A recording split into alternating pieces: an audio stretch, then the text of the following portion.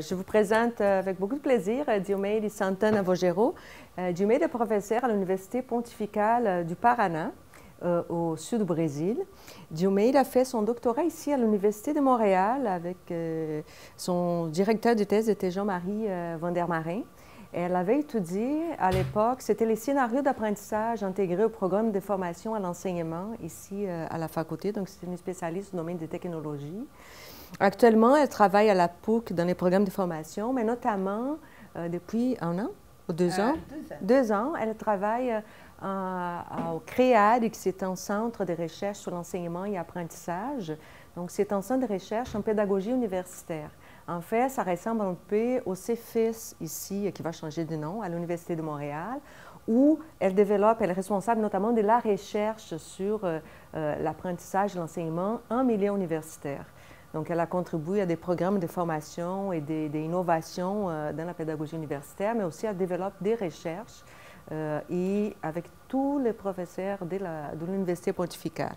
Donc, aujourd'hui, elle vient parler notamment de cette expérience à la PUC du Paraná et de ces 2 ans de travaux consacrés à la formation des enseignants, mais aussi au développement de la recherche auprès des enseignants.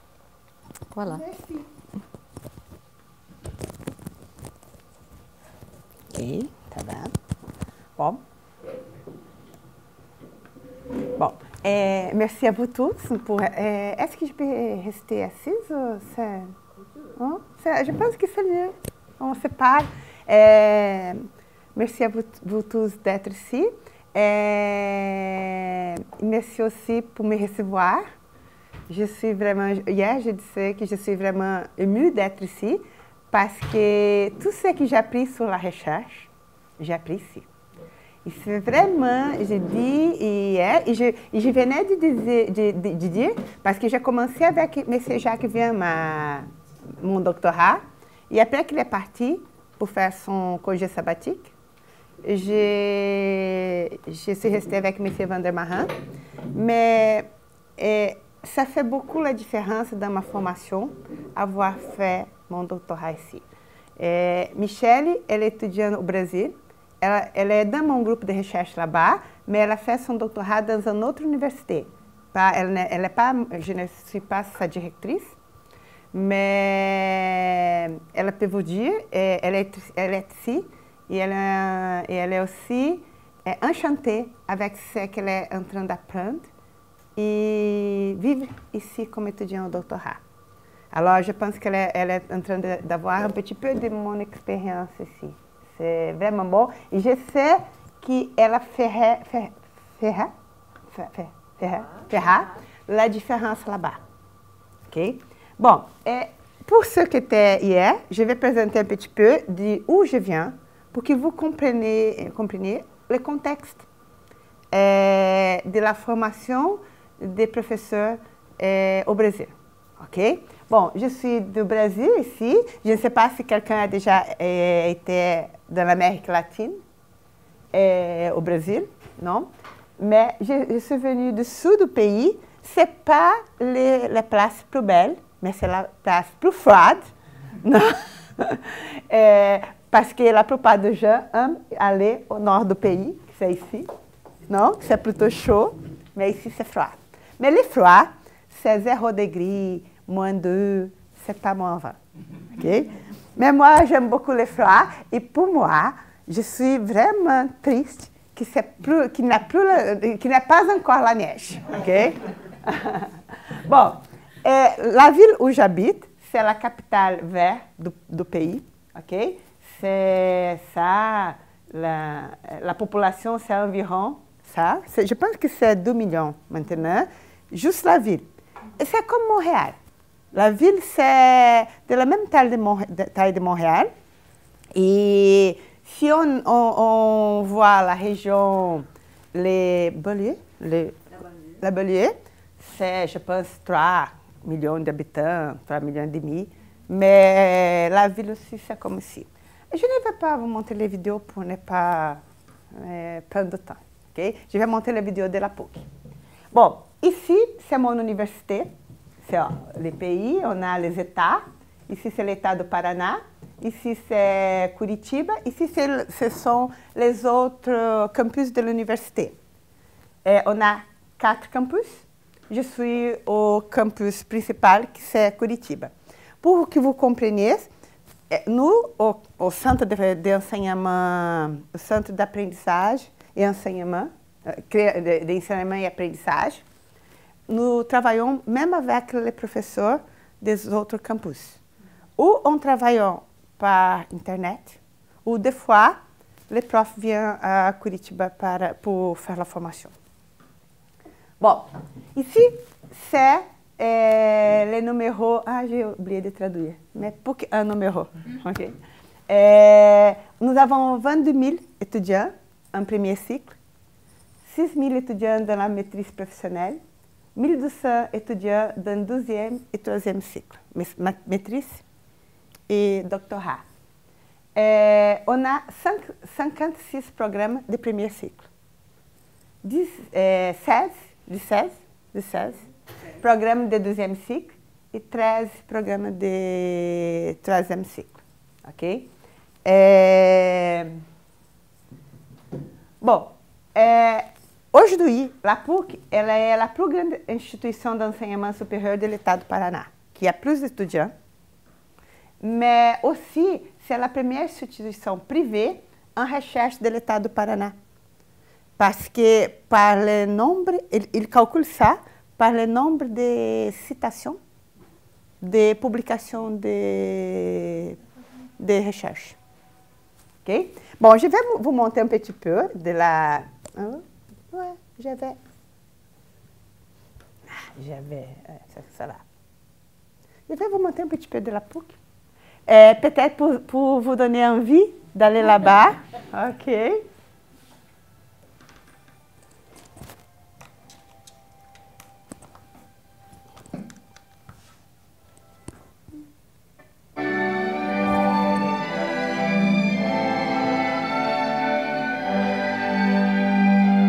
Welcome to the best and largest private university in Paraná, and recognized by the Ministry of Education as one of the best in Brazil. PUC Paraná is a university which innovates, reinvents itself, and is consolidated as an innovative institution. Here one learns to understand not only the past, but especially building the future.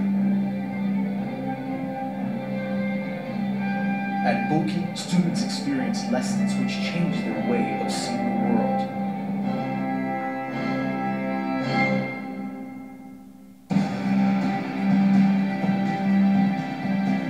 Advanced technology, modernity, innovation combined with the tradition of a renowned institution makes PUC Paraná a university which discovers the new every day.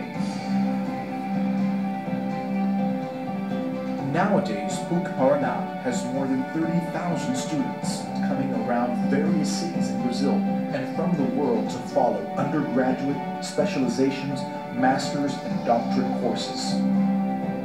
In its view of the future, PUC Paraná works to be recognized by 2022 as a world-class university due to the excellence in teaching, research, and extension courses.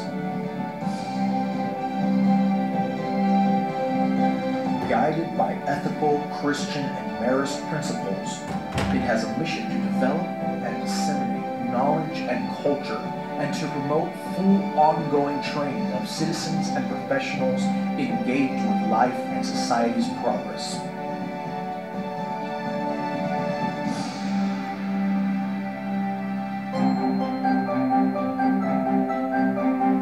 PUC was founded in 1959 as a jeune université. And since 1973 is part of the Marist Brothers Congregation, which is active in more than 80 countries.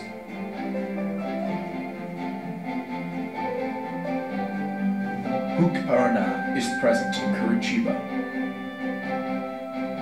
São José dos Pinhais, Londrina, Maringá, and Toledo. PUC Paraná has a complete structure structure to subsidy learning and research. Besides the laboratories, equipment, centers, and other spaces for practical classes, it has a hospital complex, an experimental farm, 2 radio stations, a pharmacy, clinics, and several other units which give support to teaching.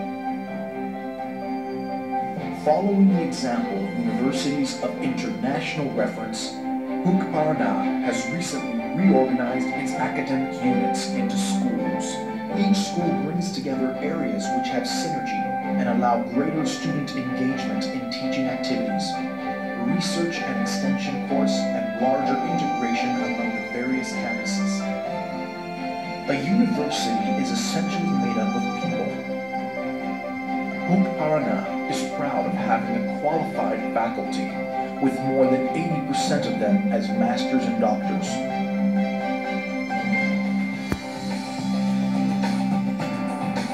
Students at PUC Paraná are encouraged to participate in social activities which translate beyond knowledge, life lessons. Many start with the mandatory community project, a subject in which actions are taken to benefit more than 100 partner institutions and thousands of people. Students can also participate in other projects as volunteers, from specific activities to an immersion in communities which are vulnerable through the following projects: Randon and University Mission VR, Hébergé.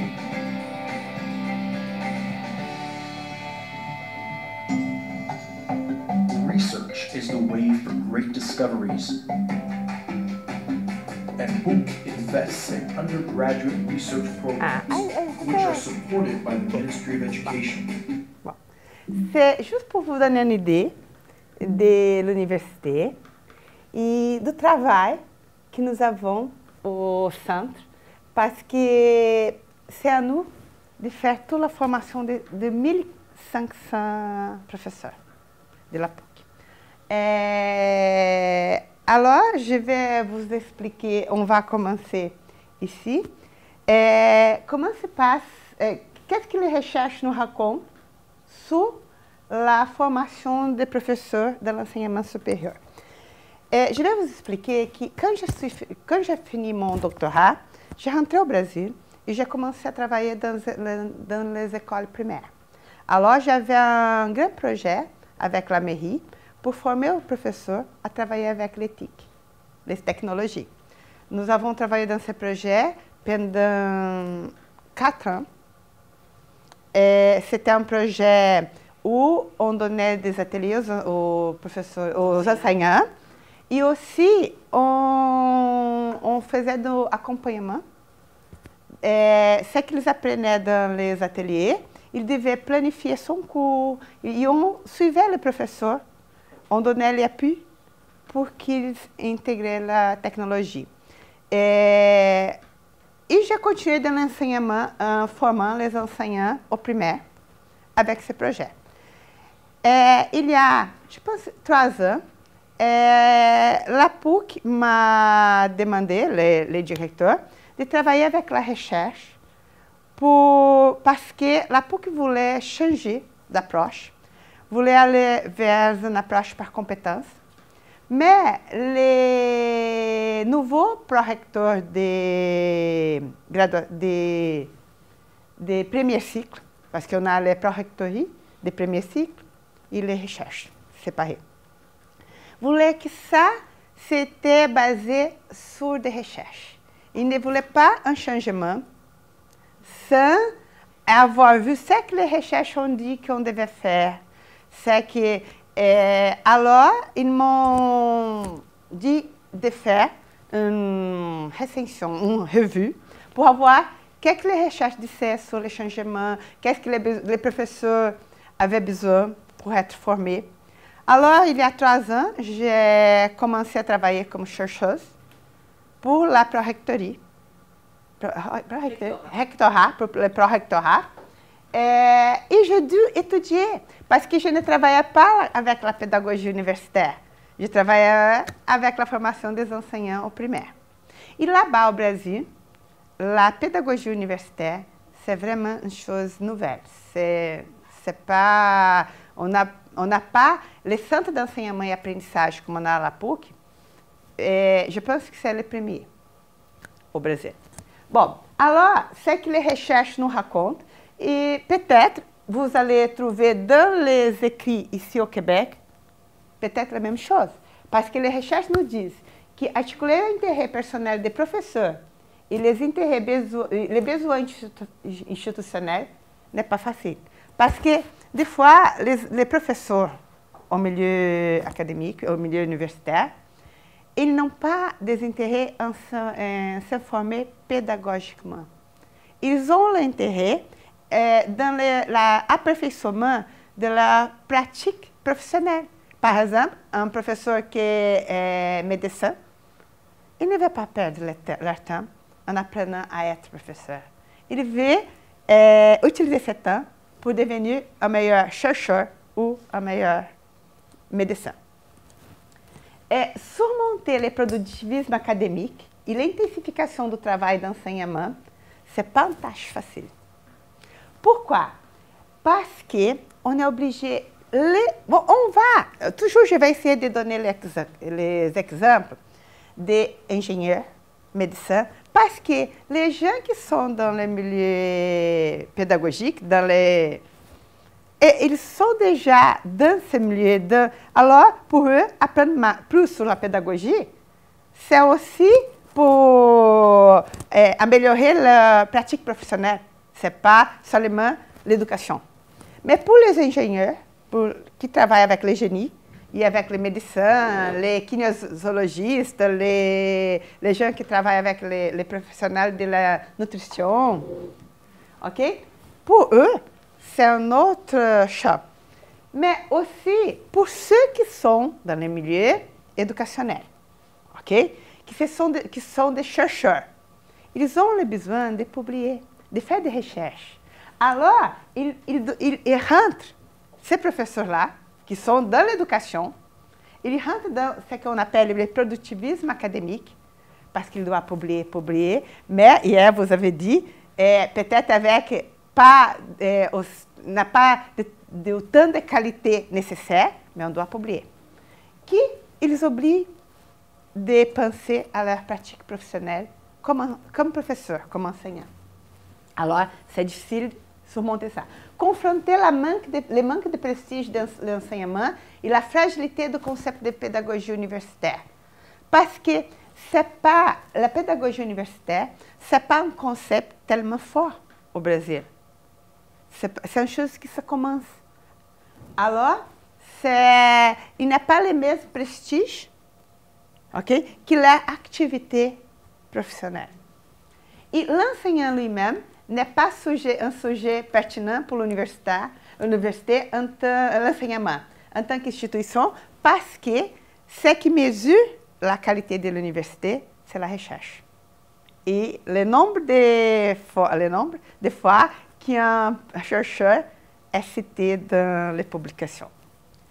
Alors, les connaissances liées au contenu de l'enseignement, on arrive, ça c'est un fait, que les connaissances liées au contenu d'enseignement ne sont pas suffisantes pour une bonne performance professionnelle du professeur de l'université.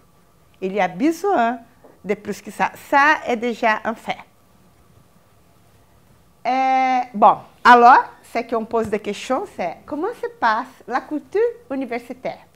Alors, dans l'université, dans la classe, elle est axée sur la transmission et l'adoption des formes traditionnelles d'enseignement. C'est l'exposé. Pour la plupart des cours, c'est l'exposé qui prédomine. Les professeurs reproduisent dans la classe les mêmes stratégies d'enseignement qu'il a pris.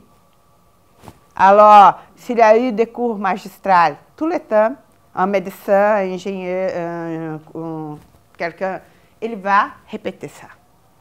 Quelqu'un de droit, ok? Et absence de législation garantissant la formation des professeurs.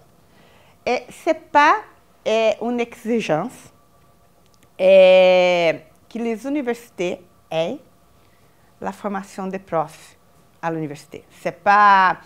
Aujourd'hui, au Brasil, quand une université va faire l'accréditation au premier des cours de premier cycle, il y a un critère. Mais ce critère, ça compte tellement peu que pour l'université, si elle a par exemple, si elle a des formations une fois par année, au début de l'année scolaire, c'est suffisant. Parce que c'est le modèle qui est connu au Brésil. OK? Alors, l'initiative, c'est quelques institutions, ou c'est du professeur et aller chercher la formation. Bon, il y a un autre problème qui c'est les programmes de 12e et 3e cycle forment pour la recherche.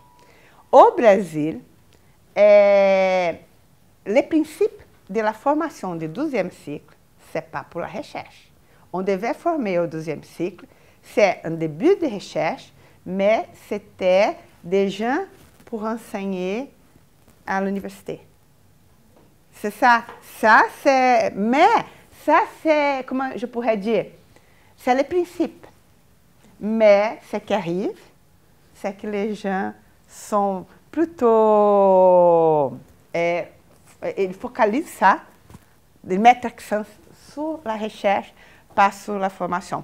Par exemple, les étudiants qui ont des bourses du gouvernement pour étudier au 12e cycle, ils doivent faire des stages. Mais c'est juste pour les étudiants de 12e et 3e cycle qui ont des bourses. Le gouvernement exige que ces étudiants travaillent comme assistants, comme chargés de cours, de directeur de recherche. Mais les autres, non. Alors, par exemple, dans un cours de maîtrise, on a des fois, un exemple, 30 étudiants, on a 5-6 bourses. Alors, ce sont 6 étudiants qui doivent pratiquer l'enseignement. Les autres, s'ils ne veulent pas, n'a pas de problème. Les professeurs sont débordés de tâches, gestion, direction de recherche, recherche de subvention, comité. Je pense que ce n'est pas différent ici, non? Alors, ils n'ont pas de temps pour se former. Et ça, on a pu comprover ça dans les centres d'enseignement. Parce qu'aujourd'hui, si on voit les professeurs qui sont dans le 12e et le 3e cycle, ils ne participent pas de formation. Ah, et là-bas au Brésil, c'est différent d'ici. Par exemple, les professeurs qui sont au 12e et 3e cycle, ils sont obligés d'avoir 8 heures, de donner un semestre de... Ils ont besoin d'avoir 2 cours par semestre dans le premier cycle. Les professeurs? Ah oui. On n'a pas là-bas les chargés de cours. On a les professeurs qui sont dans le 12e et 3e cycle. On a les professeurs qui sont seulement, qui sont ici les chargés de cours. Mais ils sont professeurs à l'université. Ils peuvent être professeurs 40 heures. Et on dit 40 heures parce qu'ils ont la journée de travail de 40 heures par semaine.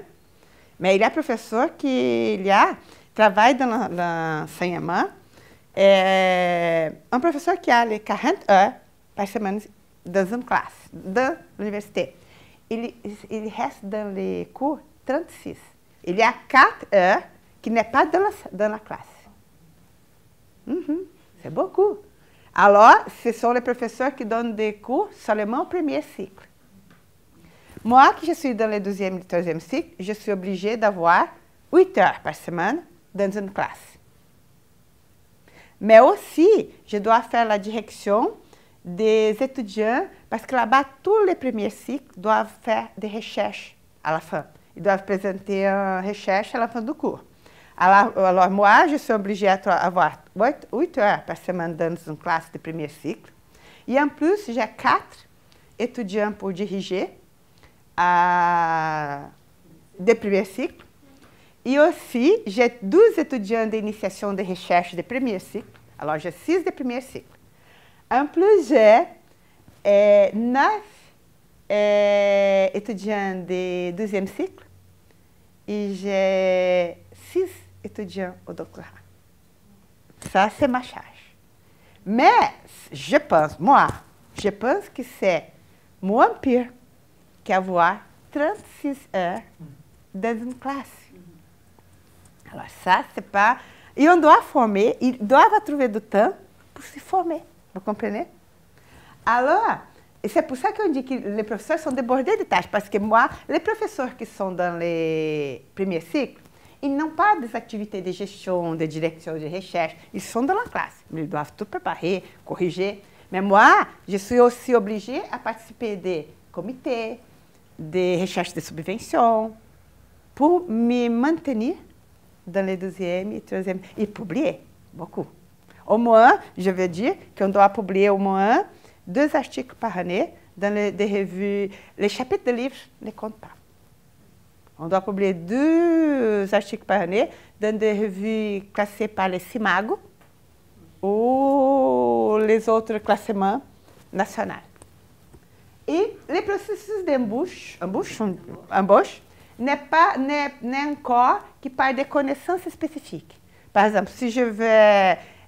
Je pourrais dire, dans mon université, n'était pas encore, parce que maintenant, c'est une autre activité de notre centre, qui c'est participer pour la rentrée des enseignants. Par exemple, pour un enseignant enseigner au premier cycle, il passe par un concours, on dit ça. Et nous, l'équipe de CREARE doit être présente et on a une grille d'évaluation pédagogique. Alors, même pour un prof qui va enseigner dans les cours de médecine, on doit être présent pour évaluer. Bon, quels sont les défis qu'on a? La mobilisation institutionnelle en tant que facteur de potentialisation des programmes de développement professionnel. Parce qu'on ne peut pas penser que ça doit être une tâche de professeur. Si l'université ne se mobilise pas, ce n'est pas l'université, une mobilisation et un soutien, pas des choses ponctuelles, on ne réussit pas. L'absence de politique publique concernant la formation des enseignants universitaires exige que l'établissement d'enseignement prenne cet engagement. L'exigence est petite, mais il y a. Le programme de formation des enseignants, des professeurs, doit être permanent et systématisé, ce qui comprend la conception d'un cours, la planification, l'évaluation, la documentation et l'ajustement du processus. Parce que si nous n'offrons pas cette chose continue, cette formation continue, on ne peut pas voir et on ne peut pas prévoir des améliorations. Ce sont seulement dans ce cours, après, le professeur ne va pas continuer à faire des améliorations. Bon, alors, comme je vous ai dit, ce n'était pas mon domaine de recherche. C'était la formation, et c'est différent. Je vois la formation des enseignants primaires et la formation des... On dit qu'on travaille avec les... On fait des blagues avec les dieux, non? Tout le monde se sent des dieux. Alors, enseignement primaire, non. Les jeunes veulent se former. On a des fois, ils n'ont pas de temps, mais ils veulent s'aperfectionner. Ici, ils sont des dieux, ils n'ont pas de problème. Non, j'ai fait de la recherche, je suis très bonne. Alors, je dois étudier comment faire ça. Alors, nous sommes allés chercher, ok? Et nous sommes arrivés à quelques indicateurs pour arriver à un centre d'enseignement et aprendizagem, ok? On a pensé, on doit faire tout ça, mais on va voir comment. Alors, on a vu que les centres devraient offrir la réflexion sur la pratique.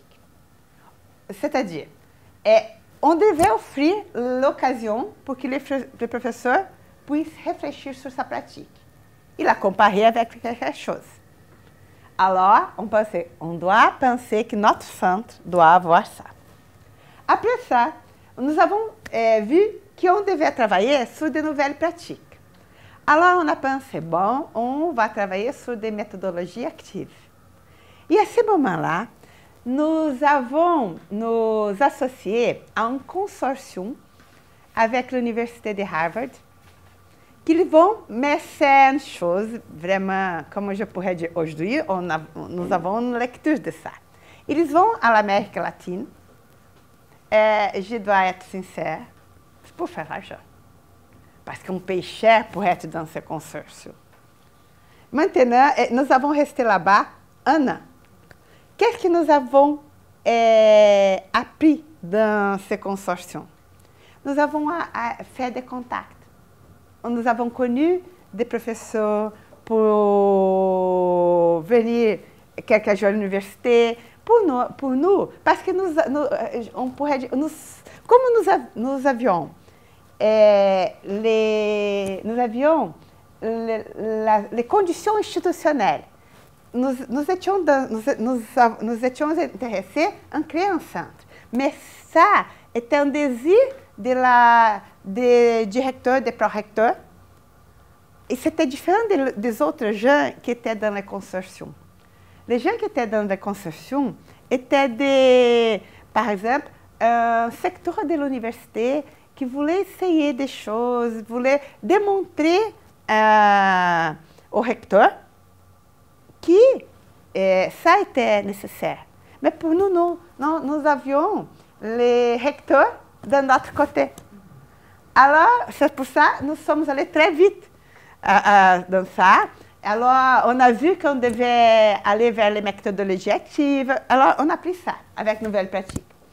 Mais on a vu aussi qu'on devait travailler avec des exemples pratiques, que ce n'étaient pas des séminaires, des présentations, que les gens venaient avec des choses qui n'est pas dans le contexte de la PUC. Non, on devait créer nos exemples.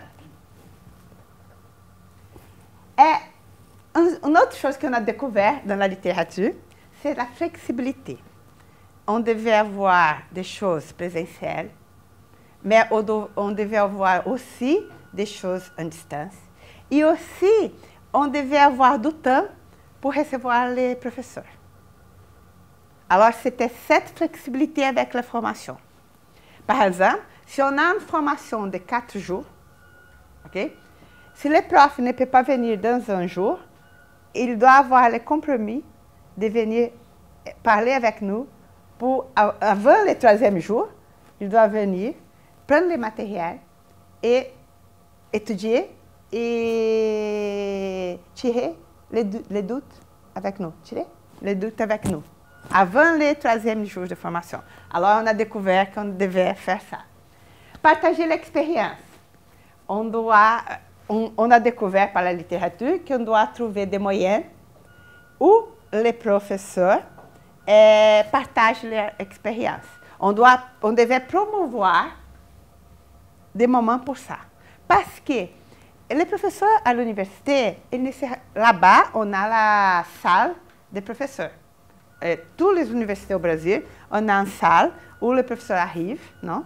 Et avant de commencer leur cours, tous les jours. Mais aujourd'hui, ils ne restent pas dans la salle pour échanger des choses. Non. Avant, quand je suis rentrée à l'université, 30 ans, 30 ans en arrière, on faisait ça, on arrivait plus tôt et on restait dans la salle des professeurs et on échangeait avec des professeurs de chimie, des professeurs de mathématiques. Mais aujourd'hui, non. Eles arrivent e rentrent directement dans la salle. Non? Alors, on devait promouvoir ça. On devait promouvoir des consultations individuelles qui s'associent à la flexibilité. Alors, la littérature dit aussi qu'on devait encourager la collaboration entre les enseignants. Par exemple, un enseignant d'un cours de génie, un professeur de cours de génie, qui fait quelque chose de nouvel et pourrait inviter un collègue pour aller voir son cours ou dire, je peux t'aider à faire ce que j'ai fait dans ma salle. Ça, c'était notre rêve, ok? C'était pas... L'évaluation par les pairs. Et là-bas, on est en train de changer l'évaluation des professeurs à l'université. On va on a essayé de trouver des moyens de faire ça. Comment les pères peuvent évaluer, même pour la carrière. Ok? Et l'attitude positive du formateur. Ok? Une chose qu'on voyait, c'est des fois, si on a les jeunes qui donnent des ateliers, qui viennent de l'éducation, pour un professeur qui travaille avec les cours de médecine, des fois, les gens qui viennent d'éducation, comment je pourrais dire, sont plus critiques pour les professeurs qui ne sont pas de l'éducation. Et ça laisse les professeurs mal à l'aise, parce que ça semble que tout ce qu'ils font n'est pas bon. Alors, on devait avoir des attentions. Les gens qui devaient donner les ateliers ne pouvaient pas être les gens qui ne tenaient pas des attitudes positives envers le professeur. En disant, vous faites bien, maintenant on doit faire seulement des ajustes. Reconnaissance des bonnes pratiques. Ça, on devait avoir, on n'avait jamais. Comment on fait ça? On devait avoir, on a compris, par exemple, des prix. Des prix pour les meilleurs enseignants. Des cours. Tout ça, ce n'est pas pour les enseignants de 12e et 3e cycle. C'est tout ça pour les professeurs de premier cycle. Okay? Parce qu'on part du principe que dans le 12e et 3e cycle, il n'y a pas de problème. Ils enseignent bien, tout le monde apprend bien à faire la recherche, ok? Mais je fais des blagues, je fais un petit peu de... Parce que ça, c'est aujourd'hui ma discussion au centre. Je dis, on ne fait rien pour les professeurs de 12e et 3e cycle. Moi, je suis dedans. Je n'ai pas de cours dans le premier cycle. On doit faire aussi pour les profs. Mais si les profs de premier cycle, ce sont des dieux, les profs de 12e et 3e cycle, ce sont plus que Dieu. Ce sont... Non? Bon, la recherche. On doit valider pédagogiquement et scientifiquement ce qu'ils font. Les professeurs de premier cycle, ils devaient voir que ce qu'il fait, il peut publier, il peut contribuer pour la recherche. Et l'équilibre personnel et institutionnel. Assurer qu'on réussit à équilibrer les intérêts personnels et institutionnels, parce que avec 36 heures de classe, il y a 4 heures pour faire la formation, pour corriger. Ce n'est pas facile faire cet équilibre. On devait considérer aussi les distintions des étapes du cycle de vie professionnelle. Parce qu'un professeur qui rentre dans l'université, dans les premières années d'enseignement, deuxième année, c'est vraiment différent des profs qui ont 20 ans de PUC, qui travaillent 20 ans là-bas. Ils n'ont pas, des fois, les mêmes engagements. Au long du temps, il est en train de perdre. Ah non, je suis presque à la retraite, je vais. Non? Mais, de notre côté, les professeurs qui rentrent dans les premières, deuxième, troisième années, ils ont beaucoup d'insécurité. Non? Et une autre chose, on devait créer des communautés d'apprentissage parce qu'on ne peut pas garantir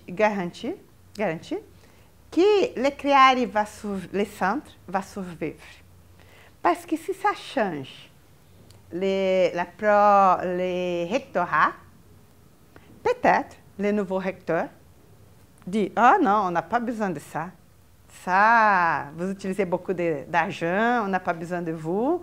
Chaque professeur, on ne peut pas. » Alors, si on essaie de créer des communautés d'apprentissage et développer une culture d'apprentissage entre les professeurs, au moins, si le centre n'existe pas, les professeurs vont céder. Bon, alors, je vais parler de notre parcours.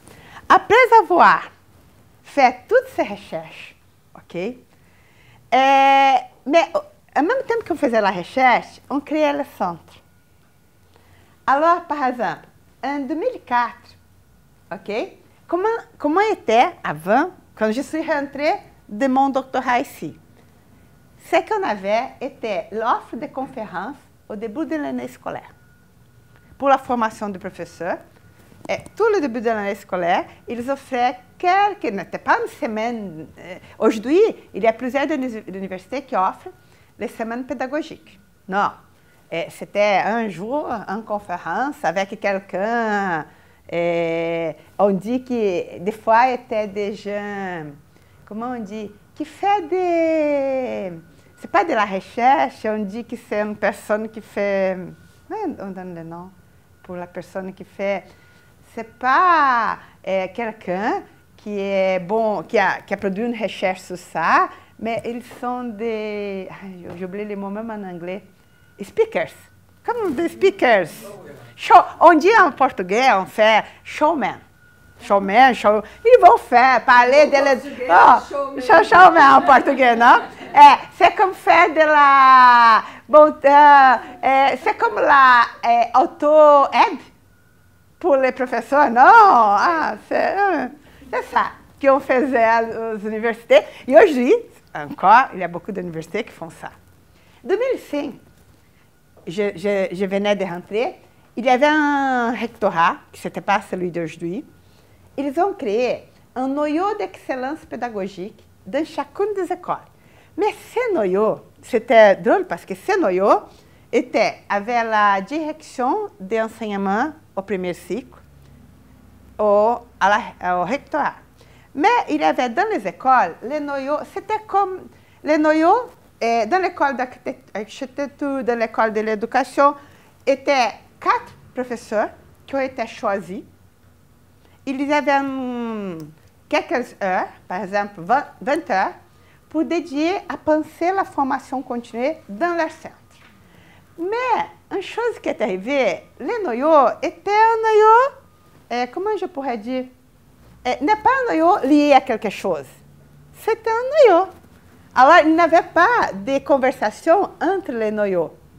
Parce que les gens qui étaient dans la gestion, dans cette époque, pensaient que la formation au professeur universitaire devait être choisie pour les écoles.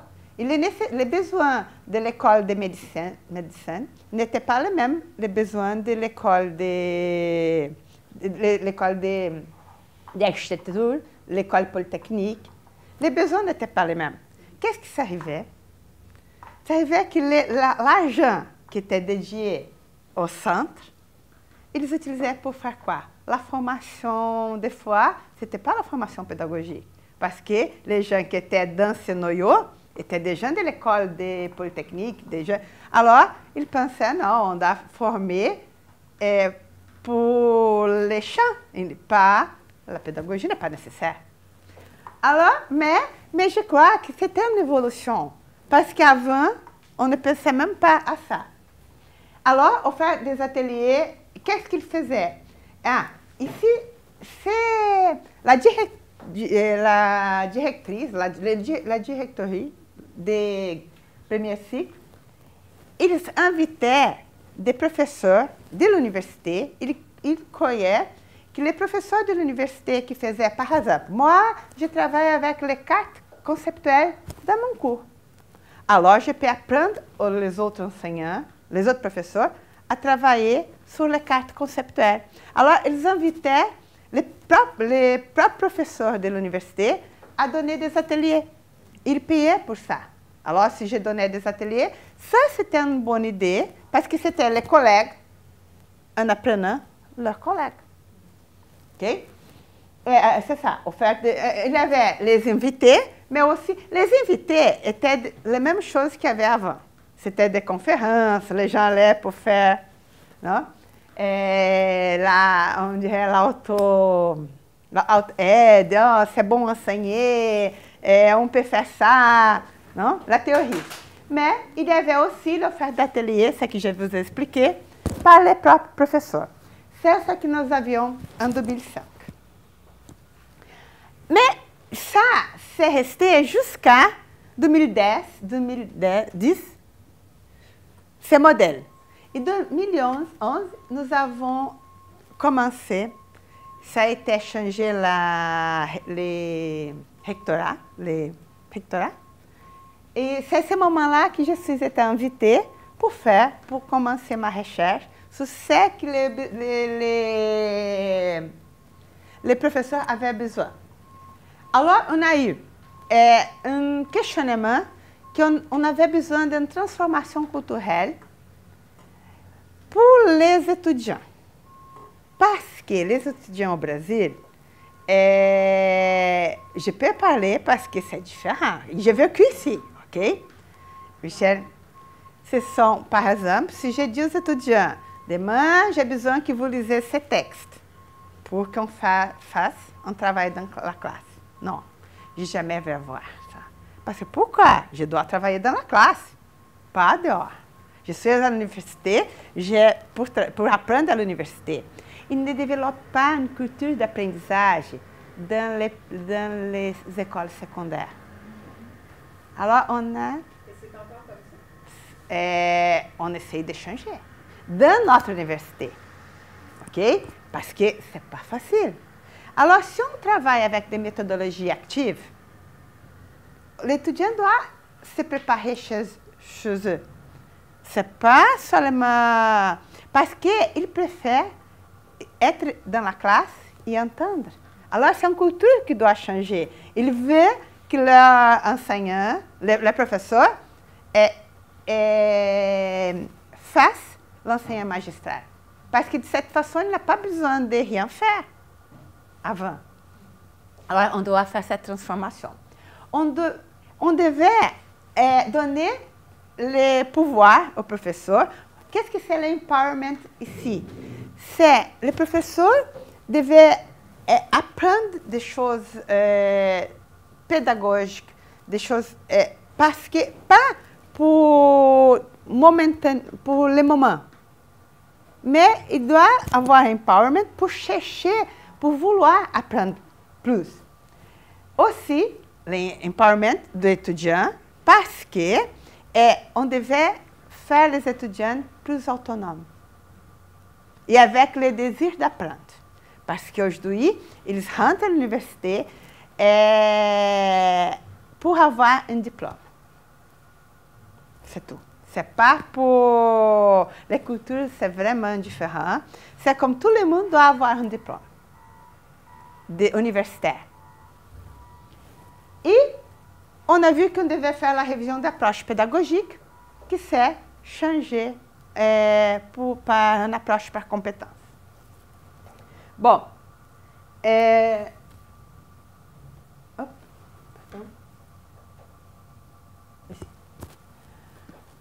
Alors, qu'est-ce qu'on a fait?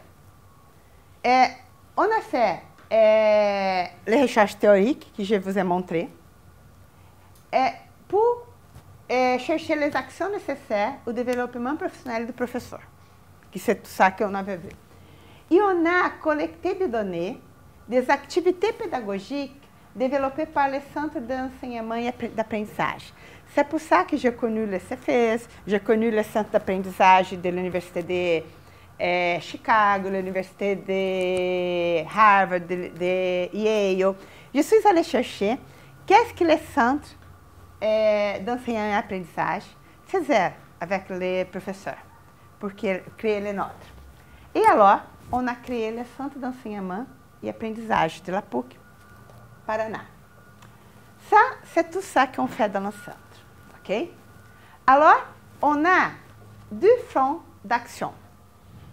On a un front d'action qui c'est sur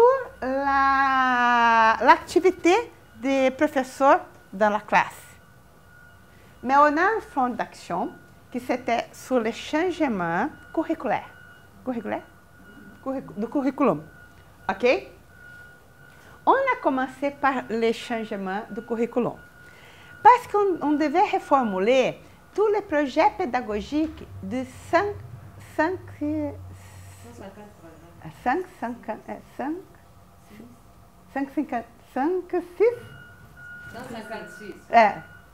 programmes qu'on avait. Alors, ce sont beaucoup de programmes. On devait avoir les compétences écrites de tous les programmes. Bon, c'est que les prorecteurs... Ah, notre prorecteur de premier cycle, il est devenu maintenant le vice-recteur de l'université. Lui, il a l'âge de 46 ans. Il était mon collègue d'informatique. Quand je suis rentrée à l'université, je suis rentrée comme professeur d'informatique. Alors, il est très jeune. Alors, tous les gens dans le prorectorat sont des gens jeunes. Alors, il est devenu vice-recteur. Je pense qu'il est un des vice-recteurs plus jeunes.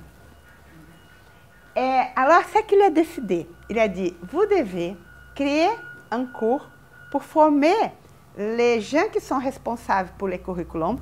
Parce que là-bas au Brésil, par exemple, on n'a pas les responsables pour les cours, pour chaque cours. On n'a pas, par exemple, pour un cours, un professeur qui est responsable. On a 6 professeurs qui sont responsables pour le développement du curriculum do cours. Alors, si on a 20 cours, on a plus, dans un programme, ces 6 professeurs sont les responsables pour penser à la logique curriculaire. Alors, les vice-recteurs nous ont dit, vous devez travailler avec ça, mais avant de travailler avec eux, vous devez, on dit, vendre l'idée pour la gestion.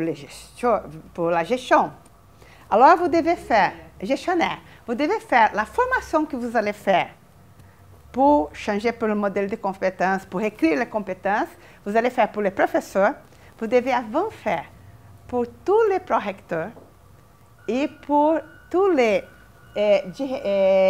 on dit décanats, c'est ça, les décanats. Alors les décanats, c'était dur parce que les prorecteurs venaient, c'était 4 jours de formation, toute la journée, et les prorecteurs de toute l'université, et les décanats, et les directeurs de cours venaient faire la formation.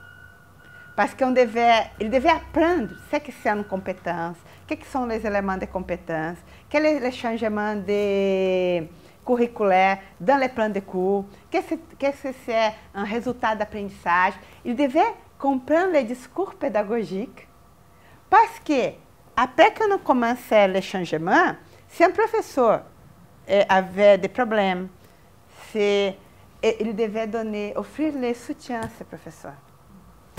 Et alors, c'était un défi parce que c'était moi et plus un étudiant de recherche de doctorat, et moi qui étudie les compétences.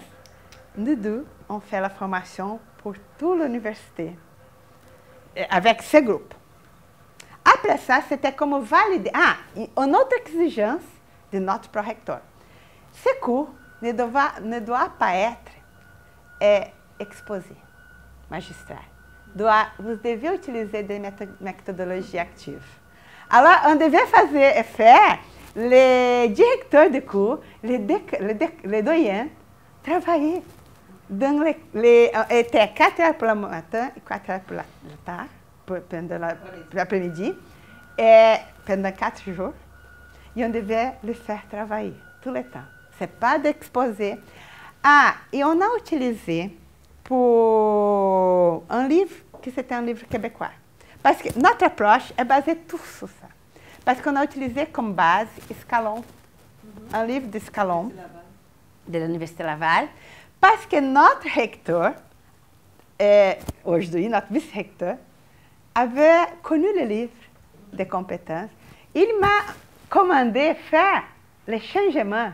C'était de ça, parce qu'il voulait la recherche, mais il a choisi les modèles de compétences qu'il voulait. Parce qu'il a vu que ces modèles tenaient compte des... Comment on dit? Les développements personnels. Ce n'était pas juste des compétences professionnelles, c'était plutôt les valeurs des étudiants, tout ça. Les modèles, l'approche qu'Escalon utilise dans son livre avait cette idée. Et aussi, Escalon a travaillé dans les milieux de les secondaires, les cégep. Et pour nous, on ne pouvait pas avoir vers un modèle universitaire. On devait travailler, notre modèle de compétences devait tenir compte qu'on devait former les étudiants pour le développement de l'autonomie, engagement, tout ce que vous travaillez ici, je pense, au cégep. Quand ils sont à l'université, ils sont déjà prêts et on n'avait pas ça. Alors, c'est pour ça que le modèle que Scalon propose, la proposition, ce n'est pas un modèle, mais l'idée, le concept qu'il présente, c'est un concept qui tient compte de ça. Et si on prend le concept de compétences qu'ils utilisent dans l'enseignement supérieur, les universités, par exemple françaises, ils sont déjà, ils partent du principe que les gens ont déjà tout ça. Et pour nous, non. Bon, alors, dans cette partie, on a travaillé pendant 2 ans et on a changé. Maintenant, on a déjà tout le curriculum, on a révisé compétence par compétence pour voir si c'est bien écrit, si dans les descriptions des compétences, il n'y a pas quelque chose qui soit des résultats d'apprentissage. La description, on a créé des critères parce qu'on avait eu déjà une tentative à la PUC, à 2000, de changement par compétence. Mais ils ont laissé libre. Alors, chacun écrivait comme une compétence ce qu'il voulait. Alors, n'était pas clair qu'est-ce que c'était une compétence pour eux. Alors, nous avons fait la correction. On avait fait des forums pour qu'ils présentaient leurs compétences pour leurs collègues, les cours. Et maintenant, on est dans les plans de cours. On est en train de travailler avec tous les professeurs de première année pour changer le plan de cours, pour que les plans de cours soient bien attachés aux compétences et aux composants des compétences définies dans le cours. Okay? Ça, c'est ce qu'on fait dans cette front d'action. De notre côté, on a un autre front d'action qui c'est, comme je veux dire, la formation dans la classe, pour faire la pédagogie dans la classe. Alors, qu'est-ce qu'on a? On a, vous voyez, les ateliers de formation, mais les ateliers de formation, ils doivent être faits avec les concepts de la formation qu'on veut passer. Par exemple, si j'ai un atelier de formation d'études de cas, comment les professeurs utilisent l'étude de cas, comment ils écrivent des études de cas pour utiliser dans leur classe. L'atelier, le professeur reçoit une étude de cas, il travaille dans ça. Si c'est un apprentissage par part, tout l'atelier, c'est comme une immersion dans les modèles, dans la proposition de l'atelier. Tout l'atelier est fait. Si c'est l'apprentissage par problème, l'atelier, c'est alors tous les ateliers. Si c'est un atelier technique de cartes conceptuelles, ok? Tout l'atelier, tout l'atelier, par exemple, le professeur reçoit leur plan de cours dans une carte conceptuelle. Et tout l'atelier, ça arrive dans les concepts du cours. Alors, ça, c'est une exigence. On a des ateliers de méthodologie, qui sont apprentissage par part, apprentissage par projet, lecture et écriture, des outils qui sont, par exemple, les CMEP, pour produire des vidéos. Et on a un atelier d'évaluation, qui sont ateliers de création de rubriques. Mais, alors, ce sont les ateliers. On a les événements de formation. J'essaie, si vous pouvez penser à notre cadre conceptuel, qu'on a vu. Alors, ici, on donne la formation. Mais ici, on a les événements. Qu'est-ce que sont les événements? À chaque 12 ans, on fait un grand événement où on invite des professeurs Parce que là-bas, dans ces consortiums, on a eu des contacts avec des Harvard, de Yale. Alors, on invite des professeurs de ces universités pour faire des conférences et aussi des ateliers. Tous les professeurs qui donnent une conférence, tous les invités doivent aussi donner un atelier spécifique. Alors, c'est une semaine, c'est comme si c'était une grande conférence. Mais ça, par exemple, Pour les professeurs de la PUC, é gratuit. Mais on reçoit des gens dehors. Par exemple, l'inscription de notre université pour participer, c'est plus ou moins, je pense, $200, $300 pour professeurs de notre université. On fait ça pour que les professeurs de la PUC valorisent. Pour voir, notre université est en train de payer $200 para um prof venir ici, on a ça gratuitement. Comprenez? Alors, mais on a la liste d'attente des autres universités pour venir faire ça à la PUC. On a les symposiums sur la pratique.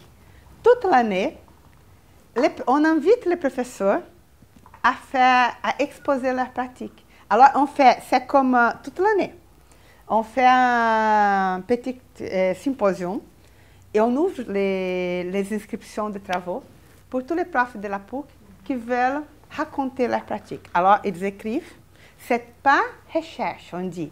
On veut des relatos d'expérience, rapport d'expérience, récit, c'est ça, récit d'expérience.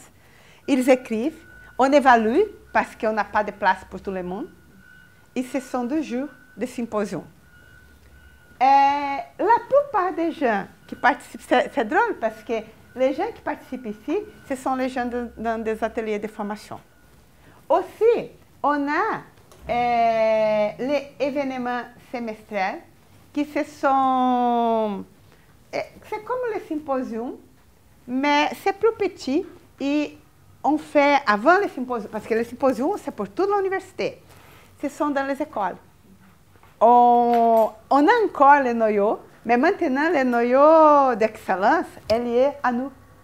Alors on dit, vous avez la charge de faire semestriellement un événement pour leurs professeurs, pour présenter. Et à ce moment-là, un membre du CREARE va assister ce que les professeurs sont en train de faire là-bas.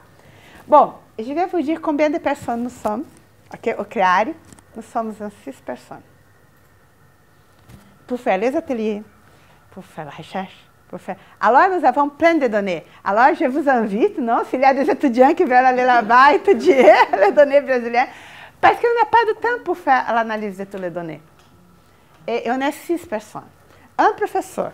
Okay? Une chose qu'on a découvert, le centre d'enseignement et apprentissage doit être multidisciplinaire. Moi, je suis venue de l'éducation, j'ai la maîtrise en éducation, j'ai mon bac en informatique, mais ma maîtrise en éducation et le doctorat en éducation. Le deuxième membre, c'est la coordonnatrice du centre. Elle est génie électrique, elle est venue de la génie. Le programme d'ingénierie électrique, elle a fait sa maîtrise et son doctorat en Allemagne, en ingénierie électrique. Mais elle aime l'éducation. Elle a une préoccupation avec l'éducation et elle est, je dis des fois qu'elle est plus préoccupée que moi parce qu'elle se sent, comment je pourrais dire, dérangée beaucoup parce qu'elle a dit, les gens de mon école ont besoin de formation, elle est vraiment touchée par l'éducation, alors elle est la coordonnatrice du centre. La troisième personne, elle est la directrice de toute la graduation de support, de soutien à l'enseignement au premier cycle, mais elle est directrice et elle est aussi membre du CREARE, comme formatrice. Alors, tous nous donnons des cours, des ateliers de méthodologie active, nous donnons des ateliers, tous les. La quatrième personne, et c'est la formation de cette troisième personne, elle est de génie d'allemand. Elle a une maîtrise, un doctorat en génie d'allemand. Ingénierie d'allemand. C'est comme le génie, c'est ingénierie d'allemand. C'est pour faire, c'est pas la nutrition, c'est pour... Non. Là-bas, c'est comme travailler dans les entreprises qui développent, dans des usines qui développent des recherches sur les aliments. Génie d'aliment. On a isso. Hein? Mais aussi, elles sont venues de l'école polytechnique, parce que l'école polytechnique, c'était l'école qui plus a développé, dans les modèles, les premiers modèles de Noyo, l'école polytechnique a été l'école qui plus a cherché des choses pédagogiques. Alors, et elle travaillait avec notre vice-recteur, dans ces modèles. Et j'ai un autre prof qu'on a engagé quand on a commencé, elle est médecin, et elle travaille avec l'éducation médicale. Et elle, cette fille, c'est très jeune, elle n'a pas le doctorat, elle a juste la maîtrise. La maîtrise, elle travaille avec l'éducation médicale, mais sa maîtrise, c'est dans, comment on dit, orthopédie. Sa maîtrise, c'est en orthopédie, en médecin. Et elle a l'âge de 30 ans. Elle est très jeune. Et il a beaucoup d'énergie. Et elle travaille sur toutes les méthodologies actives, c'est impressionnant. Et la 6e personne, elle est mon étudiante de doctorat. Elle est venue des cours de langue. Elle enseigne le portugais. Mais elle était éditrice. Aussi, elle a l'âge de 60, mais elle est vraiment active. Non? C'est une personne. Et elle travaille beaucoup avec l'évaluation et rubrique. Alors, c'est ça. Les groupes qui travaillent, ce sont ces 6 personnes qui font tout ça. Ça, je retourne ici. Ça, on a créé, ça c'est vraiment une chose, on a créé le café Creare. Qu'est-ce que c'est le café Creare? Je vous avais dit qu'on devait créer une communauté d'apprentissage. Alors, le café Creare, c'est une activité qu'on a une fois par mois. On a fait un partenariat avec les cours de gastronomie. Alors, ils ont un restaurant dans la PUC. Et ce restaurant, c'est petit, c'est comme un bistrot. Il ne rentre plus que 40 personnes. Mais une fois par mois, ils font un café vers 5 heures. C'est un café avec plein de choses que les étudiants font, des gâteaux, parce qu'on a appris qu'on doit prendre le professeur par l'estomac aussi. Oui, si on dit au professeur d'aller là-bas et on sert seulement un petit café, les gens ne vont plus. Non? Alors, on fait un très beau café et les profs, on a tout enregistré ça. On a tous les enregistrements de tous les cafés et j'envoie à tous les profs de l'université une enquête en disant quel est le thème qu'on veut travailler dans le café Creare. Ils choisissent.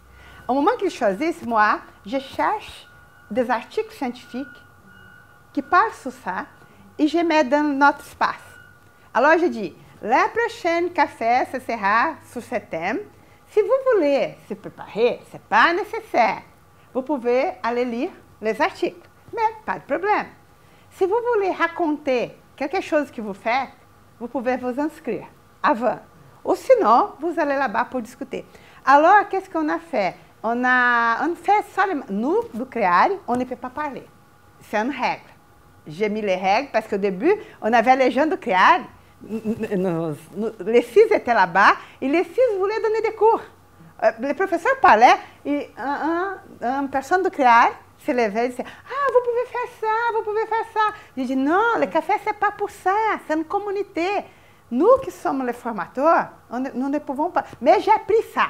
Au moment que eu faisais, je dis non, si on parle trop, les professeurs arrêtent de parler. Alors, les gens parlent, les gens discutent sur le thème qu'eux-mêmes ont proposé.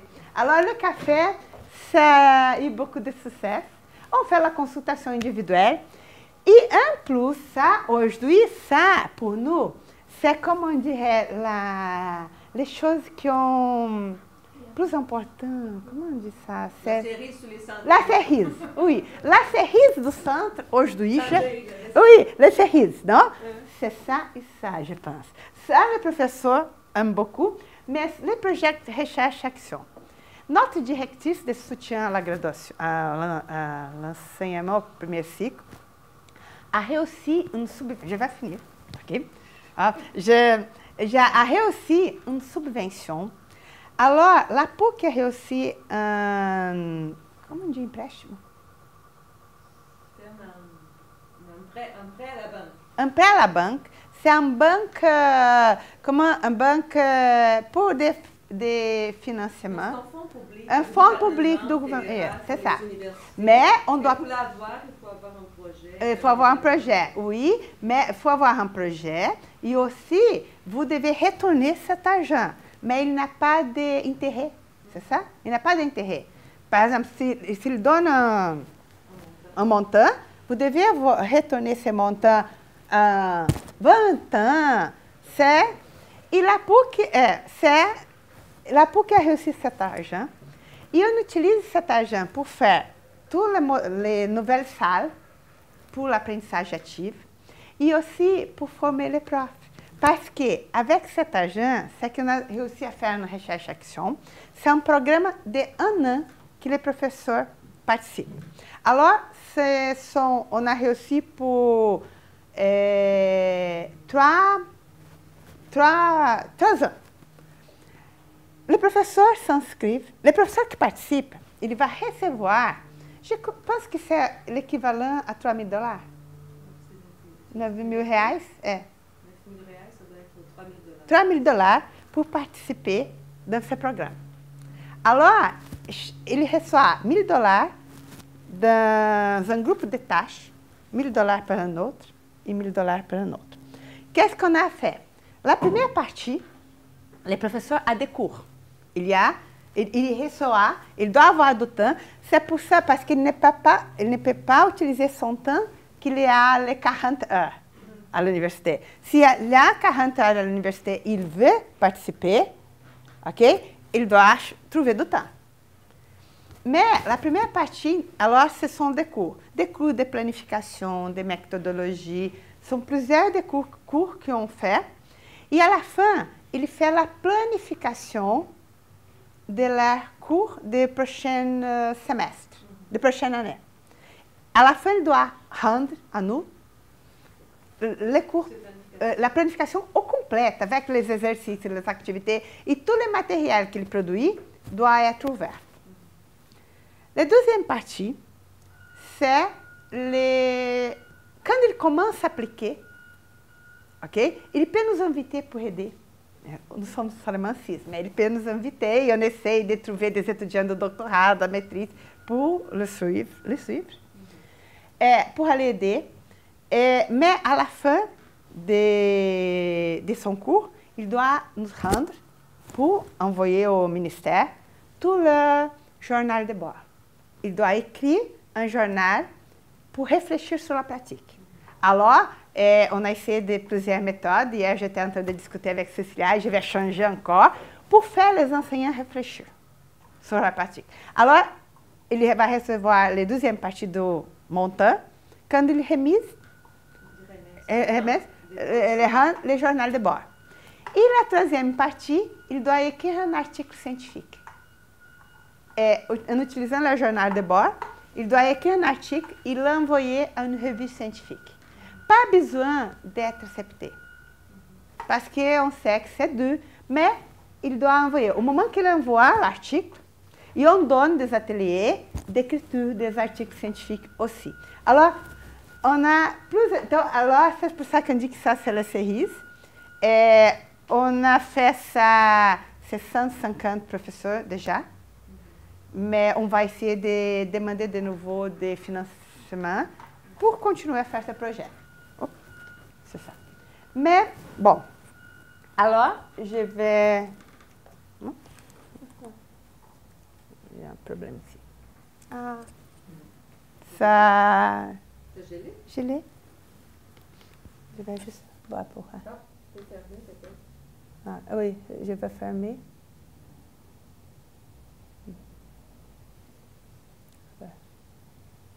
Ah, je vais juste pour montrer. Je vais finir. Então, okay? Je parle trop. Je vais faire ici. On va voir si ça ouvre. OK. Ça marche. Alors, je vais vous montrer juste quoi, en train de punir. Bon. Ici, je vais juste montrer. Hop. Je vais prendre ça. C'est juste... Ah, ici, il y a de la connexion. Oui, non? Oui, mais j'étais au début. Ah non, au début, c'était ici.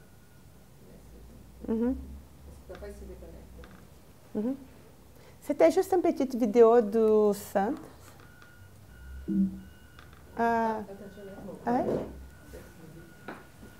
C'est juste une vidéo du centre d'enseignement et apprentissage qu'on a produit. Ah, et aussi pour les bonnes pratiques, on a créé un prix des meilleurs, les 10 meilleurs professeurs d'enseignement au premier cycle. Mais c'était drôle parce que l'année dernière, le rectorat a créé le prix. Mais comment les doyens ont décidé de donner le prix l'année dernière? Les doyens ont dit que c'était eux qui devraient choisir. Alors, ils ont indiqué 3 personnes. Hein? Oui, c'est ça. Ils ont indiqué, c'est ça? La personne qui devait donner le prix. Alors, c'est eux qui ont décidé comment ils allaient faire l'enquête, les doyens. Et ils sont arrivés là-bas avec la personne. C'était cette personne de mon école qui va recevoir le prix. OK? Alors, cette année, moi, je suis vraiment une personne, comment je pourrais dire, démocratique et critique.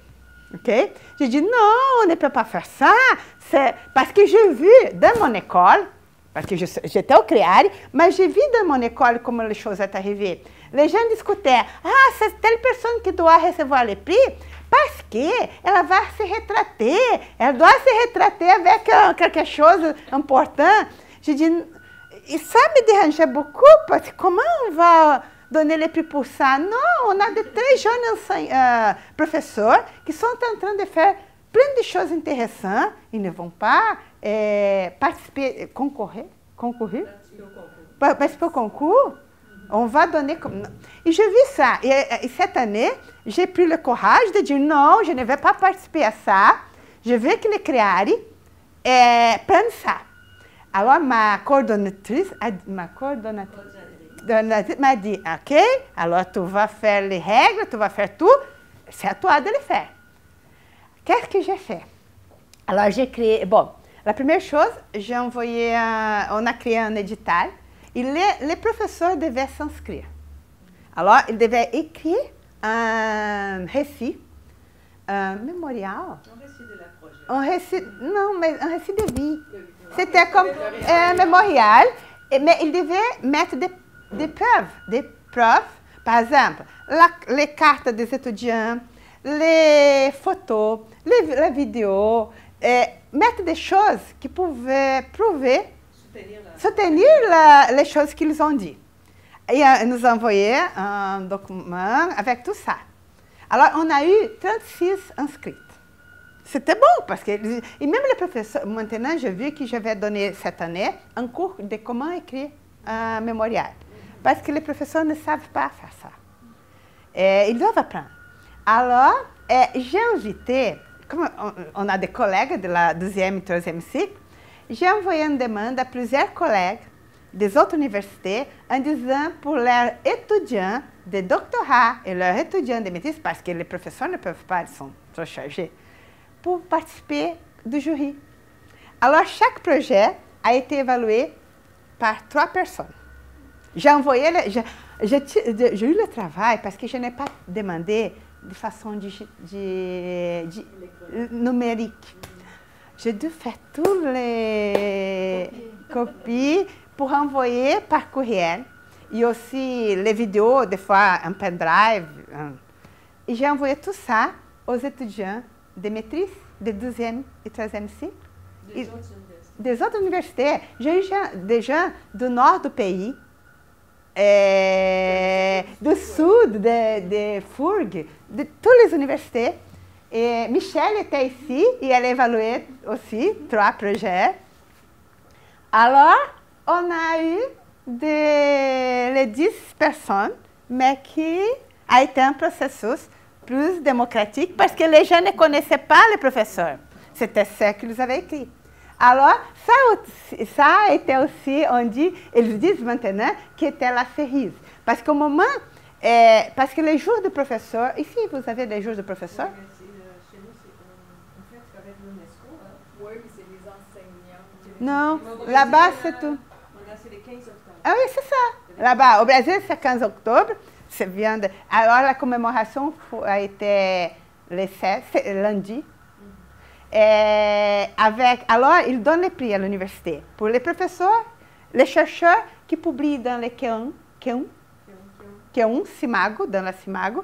Les professeurs, on a eu 150 professeurs qui ont publié dans Q1, qui sont les chercheurs. Et on donne les prix pour les 10 enseignants qui ont réussi. Et aussi, comme moi, les professeurs qui ont fait 30 ans d'université, 25. Moi, cette année, j'ai reçu le prix de 30 ans d'université. Alors, c'est ça, on a tous les prix. Et cette année, on a eu les 10 meilleurs. Mais de cette façon, au moment que vice-rectorat du premier cycle a dit la façon comme les 10 professeurs ont été choisis, les professeurs étaient tellement émus parce qu'ils ont dit les gens dehors de l'université ont évalué notre travail. Ça valorisait les prix. Ici, c'est juste pour voir un petit peu de Creare. C'est en portugais, mais juste pour voir les nombres. C'est ce qu'on a fait dans les 12 dernières années. Tendo a luz no fim do túnel que estava se apagando, porque acredito que realmente existem mesmo essas maneiras, essas técnicas de chamar o estudante mesmo, sabe, de colocar ele como um indivíduo ativo, né, dentro do que é o aprender.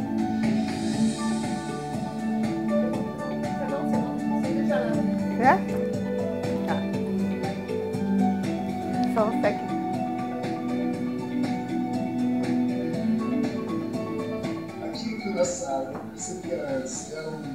Se o professor a ganhar le prix. Com medo de falar sobre o tema, ele mudou completamente.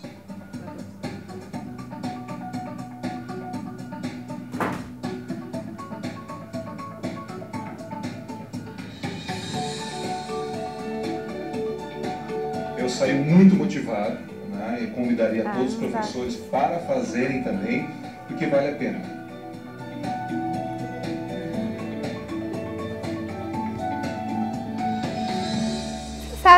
C'est juste pour voir les nombres, les chiffres de... Oui, c'est ça. Je vais finir. Bon. Alors, je vous ai dit que la différence... Oups. Ah, ça continue là-bas. Ah, je vais fermer. O Observatório de Processos de Inovação e Criatividade... Ah, c'est ça. Ça, c'est l'observatoire qu'on est en train de créer. C'est un observatoire du processus d'apprentissage. D'enseignement, je vais vous montrer. Mais c'est pas... Bon. Et là, je pense que la chose différente des autres centres d'enseignement et apprentissage des États-Unis, ce que je veux en Londres, l'Université de Londres, c'est que notre centre, il est attaché à créativité. C'est créativité ici. Notre centre est attaché à un groupe de recherche du programme de 2e e 3e cycle, mon groupe de recherche qui s'appelle les Créativité et Innovation dans l'enseignement supérieur. Alors, toutes les choses qu'on fait dans notre centre, on a des étudiants de la maîtrise et du doctorat qui sont en train d'étudier les actions du centre. Alors, nous avons les recherches qu'on fait aujourd'hui on a 3 dimensions. La dimension du développement du processus de formation, le rôle de conseiller pédagogique. Alors, j'ai un étudiant de doctorat qui est en train d'étudier nos actions dans le centre. Alors, nous, les formateurs du centre, nous sommes les sujets de recherche d'un étudiant de doctorat. Et à la fin, cet étudiant de doctorat, à la fin l'idée, parce que moi, vous allez, je ne sais pas si vous allez trouver un peu étrange, mais je ne réussis pas à faire juste de la recherche, comment je pourrais dire. Moi, je dois avoir un produit. Ça, je pense que c'est ma racine informatique. Si je fais de la recherche, mes étudiants de doctorat et de maîtrise, à la fin, ils doivent produire quelque chose. À la fin, par exemple, un étudiant qui est en train d'étudier ça, à la fin, elle doit produire un programme de formation de conseiller pédagogique pour l'enseignement supérieur. Pourquoi on a décidé ça? Avec ses études, elle va étudier tout ça et à la fin, elle doit proposer une maîtrise professionnelle. On va avoir le curriculum de maîtrise professionnelle pour ça, parce que maintenant, nous sommes en 6 personnes et on n'a pas comment engager. C'est difficile d'embaucher les gens pour travailler avec nous, parce que les gens qui viennent de la formation des enseignants primaires, qui ont un cours qui s'appelle pédagogie, n'ont pas le domaine de l'éducation des adultes. Aussi, ces gens sont ils n'ont pas l'ouverture d'esprit pour connaître les autres, pour avoir la facilité de comprendre les autres champs. Par exemple, si je reçois un professeur du cours de génie avec son plan de cours, je n'ai pas besoin de comprendre ce qu'il enseigne, mais je dois avoir l'ouverture d'esprit pour essayer de l'aider pédagogiquement. Alors, ça, c'est que les gens qui étudient dans cette dimension, ils essayent de trouver comment on peut apprendre les gens, comment on peut développer, parce qu'il n'a pas besoin d'être quelqu'un qui vient de l'éducation. Peut-être venir, mais nous, on doit donner la formation dans les pédagogies nécessaires pour travailler sur ça. Aussi, on a plusieurs étudiants qui travaillent sur le développement professionnel du professeur. Ici, j'ai un étudiant qui étudie l'engagement, comment les professeurs s'engagent dans le processus de développement personnel dans l'enseignement supérieur, quels sont les facteurs qui contribuent. Ça. Et aussi, ça, je n'ai pas encore des étudiants qui sont en train d'étudier, mais ça, c'est pour le futur. On doit travailler sur l'apprentissage des étudiants.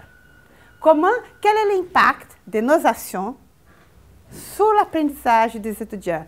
Est-ce qu'on est en train de réussir à faire un changement vraiment à l'université? Ou ça continue la même chose? Les étudiants arrivent et continuent jusqu'à la fin de la dernière année et disent « Non, je ne vais pas étudier chez moi, je vais apprendre seulement ici à l'université. » Alors, ce sont la dimension. Et ça, ma première... je suis avec ma première étudiante de doctorat qui va soutenir bientôt. Cécilia va être dans le jury. Elle est en train de produire un observatoire des processus d'innovation et créativité dans les pratiques d'enseignement et d'apprentissage dans l'enseignement supérieur. C'est un observatoire en ligne. C'est pas, comment je pourrais dire, c'est un espace où le professeur il va partager tout ce qu'il fait dans la classe. Ça commence pour une interview qu'on fait avec lui, et après, tout ce qu'il explique, il laisse ouvert tous les matériels qu'il utilise dans la classe. Tout. C'est ça qu'on croit que c'est l'empowerment du professeur, parce que le professeur, quand il se voit là-bas, qu'il parle dans un espace ouvert, ce n'est pas pour... au début, la PUC voulait que ça soit dans l'environnement d'apprentissage de la PUC. Non, je dis non, on va faire un portail ouvert à tout le monde. Parce que quelques pays qui parlent portugais, on peut contribuer. Alors, le professeur laisse tout ouvert. Dans la recherche de mon étudiant, on a découvert que si l'observatoire a été dans l'espace de la PUC fermé, il devait être payé pour ça. Le professeur dit, non, je ne vais pas partager mes matériels pour les autres profs de la PUC. La PUC va me payer pour ça. Mais si on dit que l'espace est ouvert, que lui, il est en train de partager avec tout le monde, pour eux, non, ça, je vais le faire. Vous comprenez? Moi, je ne comprends pas beaucoup la logique, mais ça, c'est la logique. Il se sent plus valorisé si on organise ça pour lui. Ça, alors, la prochaine fois que je viendrai ici, l'observatoire doit être en ligne déjà, parce qu'on a déjà une première version. J'ai déjà une première version. Et on va commencer en portugais et peut-être on va avoir des autres langues. On ne sait pas, non? Si on a reçu des subventions pour ça, mais c'est tout.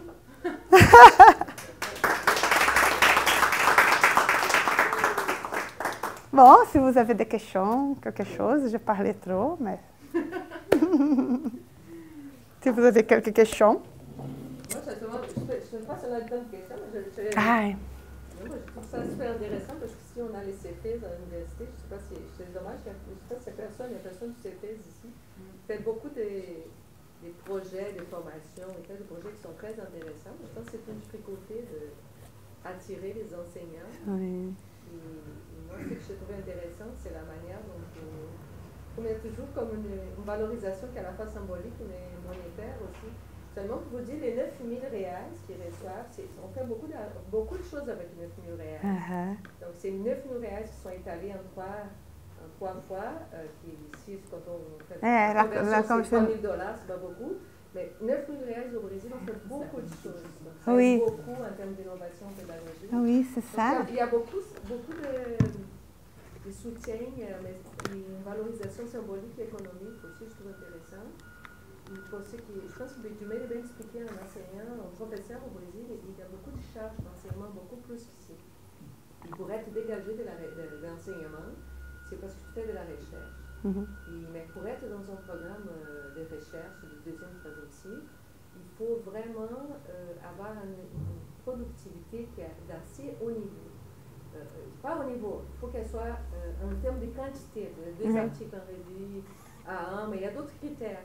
Et si tu ne fais pas ça pendant un certain nombre d'années, tout de suite automatiquement déconnecté du programme des deuxième et troisième cycle. Donc c'est très rigoureux de ce point de vue, même très sauvage. Oui, c'est ça. Et parfois les gens s'embarquent dans des critères de quantité, pas de qualité. Donc je suis quand même étonnée de voir que vous avez réussi. Peut-être vous êtes en train de réussir à changer un peu cette culture de valorisation de l'enseignement. Peut-être que vous avez des enjeux, des barrières. Ah oui, mais je crois que la plus grande barrière, c'est le temps des enseignants. Pour libérer les enseignants. Oui, le temps, pour trouver du temps pour se former, parce qu'un enseignant qui est dans les premiers cycles, il a 40 heures dans la classe, 36 parce qu'il reçoit comme un prix 4 heures. C'est le prix qu'il reçoit pour avoir 36. Et le rectorat, depuis, en regardant tout ce que vous faites, est-ce qu'il n'est pas sensible à peut-être réduire cette charge d'enseignement un peu? C'est parce que c'est un moment difficile du Brésil, parce qu'en plus, on a plusieurs universités privées. Alors, il y a une concurrence, une compétition grande. Alors, c'est un moment financier pour le Brésil. Alors, c'est difficile. Et je pense qu'ils ont le désir de diminuer la charge, mais à ce moment, je ne crois pas. Alors, c'est possible. Juste une petite question, parce que c'est comme vous dites, une université privée, mais il y a aussi des universités publiques qui, des fois, sont... On croit entendre qu'ils sont légèrement plus soutenus par l'État. Est-ce que vous pensez que la situation de la pédagogie est différente? Est-ce qu'elles ont plus de ressources pour organiser? C'est pour ça que j'ai dit au début qu'il n'est pas une obligation do gouvernement. Alors, par exemple, nous, comme instituição privée, nous sommes évalués. Ok? ok? Nous avons accréditation, même pour les cours de premier cycle. Mais les programmes de premier cycle. Mais pour les universités publiques, ils n'ont pas d'accréditation. Alors, la situation de formation des professeurs dans les universités publiques, c'est pire. Par exemple, pour nous, à la PUC, ce changement que nous avons eu, au Paraná, nous avons une très grande université fédérale, que est où Michelle suit son cours de doctorat. Mais elle a fait son bac à la PUC, non? Non. À la base aussi, à l'université... La spécialisation à la Ah, la spécialisation. La maîtrise professionnelle, elle a fait à la PUC. Mais aujourd'hui, c'est une chose qui est en train de changer, Cécilia.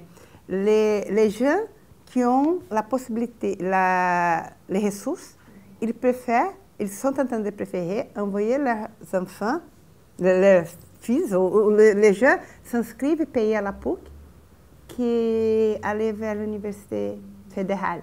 Je ne sais pas si c'est parce qu'au Brésil, il y a un réseau d'universités publiques qui est grand, qui est le gouvernement fédéral, un réseau des universités des États et un réseau privé. Et dans les réseaux privés, il y a un réseau des universités confessionnelles. Confessionnelles, oui, c'est ça. Oui, c'est différent. C'est pas privé. Elles ont une tradition. Exact. Cette université mariste, cette université de qualité de l'éducation. Donc, ces universités confessionnelles reçoivent aussi une subvention du gouvernement. Mais on doit payer. Les mais universités publiques fédérales sont gratuites, mais entre guillemets, parce que parfois on paye certaines choses aussi. Mais aujourd'hui, avec une crise au gouvernement brésilien, je pense que les universités fédérales sont très affaiblies du point de vue du financement universitaire. Donc, il y a une crise. Les universités peut-être privées s'en sortent un peu mieux parce qu'elles peuvent aussi jouer sur la carte de l'offre, l'offre et la demande, d'offrir des cours, etc. Les universités sont très commerciales, il y en a beaucoup qui offrent des cours. Oui, c'est ça. Mais les catholiques, elles se démarquent, les pontificales confessionnelles. Pourquoi? Parce qu'elles ne sont pas commerciales. Non. C'est ça qui les démarque. Elles développent beaucoup la recherche, beaucoup l'enseignement. Donc peut-être qu'elles peuvent jouer à la fois avec la subvention publique et la subvention privée aussi. Oui. Par exemple, ces projets... D'une certaine manière, peut-être qu'elles vont avoir plus des subventions. Je ne sais pas si on va avoir plus de subventions fédérales. Les fédérales, ils jouent aussi. Les gouvernements fédéraux dépendent beaucoup du fédéral, du gouvernement. Mais en même temps, ils peuvent jouer de plus en plus avec l'initiative privée. Avec les entreprises. Donc, il y a une crise. C'est ça. Alors, ils ont moins d'argent que les privés, mais c'est sûr que je vois que les confessionnels sont en train de dépasser peut-être les publics du point de vue des soutiens. Du soutien, exactement, du point de vue du soutien. Alors, c'est ça. Les publics, alors, parce que s'il y avait une exigence du ministère de l'Éducation pour les publics, eux-mêmes, les ministères, devraient donner l'argent aux universités publiques pour faire la formation des professeurs. Non? Je sais bien que les critères, c'est ça que je me permettre de rentrer, les critères d'évaluation des professeurs au Brésil sont définis par le gouvernement fédéral. Oui, c'est ça. Il y a des critères de productivité, par exemple, les programmes d'études graduées sont évalués, je sais pas. Oui, mais là, l'évaluation des études graduées pour les publics, mais pas pour les cours, mais les mêmes. On passe pour les mêmes évaluations qu'un programme public de l'université publique pour les gradués, pour le deuxième et troisième cycle. Mais pour les premiers cycles, on n'a pas. Non, pour les premiers cycles, non. Pour les premiers cycles, pour le public, il n'y a pas l'accréditation. Non, c'est seulement pour les universités, même confessionnelles, privées confessionnelles. Ce n'est pas public, tant fédérales, tant estaduales, étatales, n'ont pas d'accréditation pour les premiers cycles. Alors, les professeurs de premier cycle sont, comment je pourrais dire, ils ne sont pas, sont abandonnés, non? Ils sont évalués quand même à l'intérieur de l'institution. Non, c'est pas vraiment, n'est pas parce que, n'a pas une évaluation, le premier cycle, non.